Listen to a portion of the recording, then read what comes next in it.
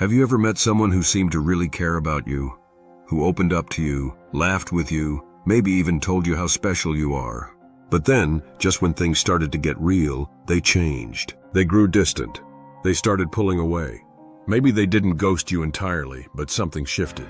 You felt it. They were afraid of something, but you couldn't tell if it was fear of you or fear of something inside themselves. If that's ever happened to you, you're not imagining it. And you're not alone. Carl Jung had a name for this pattern. He believed that people don't run from love because they don't want it. They run because love reflects back the parts of them they haven't made peace with yet. Jung wrote, "Everything that irritates us about others can lead us to an understanding of ourselves." But that's not just about conflict. It's also about closeness. Because sometimes, what irritates us is how deeply we want to be seen. The closer you get to someone, the more emotionally exposed you become. That's beautiful.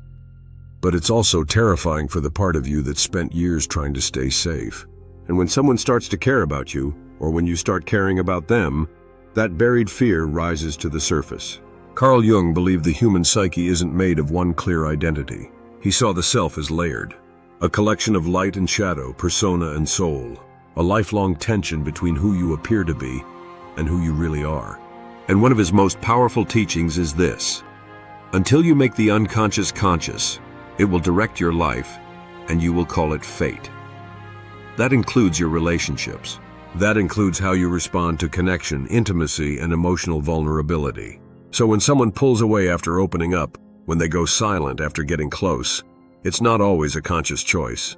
Often it's an instinct, an inner defense that gets triggered. Not because love is wrong, but because it feels unfamiliar, too real, too raw, too close to the parts of themselves they've tried not to feel. Imagine this. You finally find someone who sees you. Not the version you show the world, not the put-together you, but the you underneath it all. The one who doubts, the one who hopes, the one who's still healing. And for a moment, it feels amazing, like home. But then the panic starts. Because if they see the real you, they could reject you. And if they matter to you, that rejection would hurt more than anything. So before that risk happens, the unconscious finds a way to protect you. You withdraw, you distract, you create space. And maybe you don't even realize you're doing it. But part of you believes, if you get too close, you'll lose control. Jung called this the shadow. The part of you that holds your denied emotions, your buried wounds, your unmet needs. Most people never confront their shadow. They project it instead, especially in relationships. So the closer you get to someone, the more likely your shadow gets involved. And if their care awakens a part of your soul that hasn't been touched in years, you might not know how to receive it. You might push it away before it asks you to grow. Not because you're cold, not because you're incapable of love, but because love requires a version of you that your past has taught you to suppress. Carl Jung believed that what we run from in relationships is rarely the other person. It's the mirror they hold up, the mirror that shows you not just what you want, but what you've been afraid to become. And here's where it gets even more interesting. People often think emotional distance means the end of a connection. But Jung saw distance as a message, a signal, a portal, an opportunity to bring something unconscious into the light. So if someone pulls away after caring for you, it might not mean they care less. It might mean the connection woke up a part of them they've never fully understood, something they haven't made peace with yet. And if you're the one who's pulled away before, if you felt overwhelmed by closeness or scared to receive love, that doesn't make you broken. It makes you human. Because closeness doesn't just reveal how much we love. It reveals where we're still learning how to feel safe, where we still need healing, where we're still trying to believe that we are worthy of real connection. Now, how do we grow closer even when those fears show up? Jung believed that true intimacy doesn't come from perfection. It comes from inner integration. Not fixing, but understanding. Not forcing connection, but letting love illuminate what needs attention. If someone pulls away from you, don't immediately assume it's about you. Instead, ask what part of them might feel unready to be seen. Ask what part of your connection might be inviting them to evolve. And if you're the one pulling away, ask yourself gently, what am I afraid will happen if I let them love me? What do I believe I have to hide to stay safe?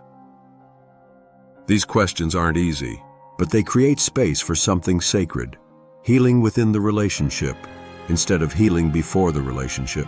Because the truth is, Most of us don't heal in isolation. We heal in safe presence, in honest reflection, in love that gives us room to be messy, afraid, and real. Carl Jung once wrote, "The privilege of a lifetime is to become who you truly are."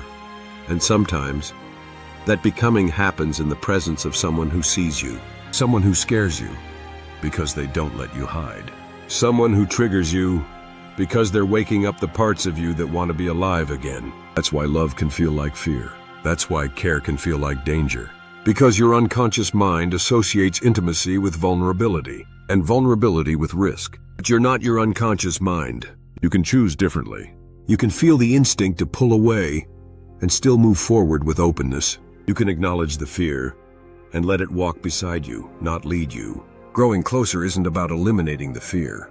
It's about expanding your capacity to stay with yourself while staying with someone else. It's about choosing understanding over reactivity, curiosity over control, intimacy over performance. If someone pulls away but you know they care, offer them presence, not pressure, compassion, not confrontation. And most importantly, offer yourself the same. Don't collapse your self-worth into someone else's emotional rhythm. Don't become less just to become closer. Jung said, "Your vision will become clear only when you can look into your own heart. Who looks outside dreams. Who looks inside awakens." This is the kind of love that awakens you, not a love that saves you, but one that helps you become the person who can love fully, without fear. Let them pull away if they must. Let them return if they can. But always stay close to yourself. That's where real closeness begins.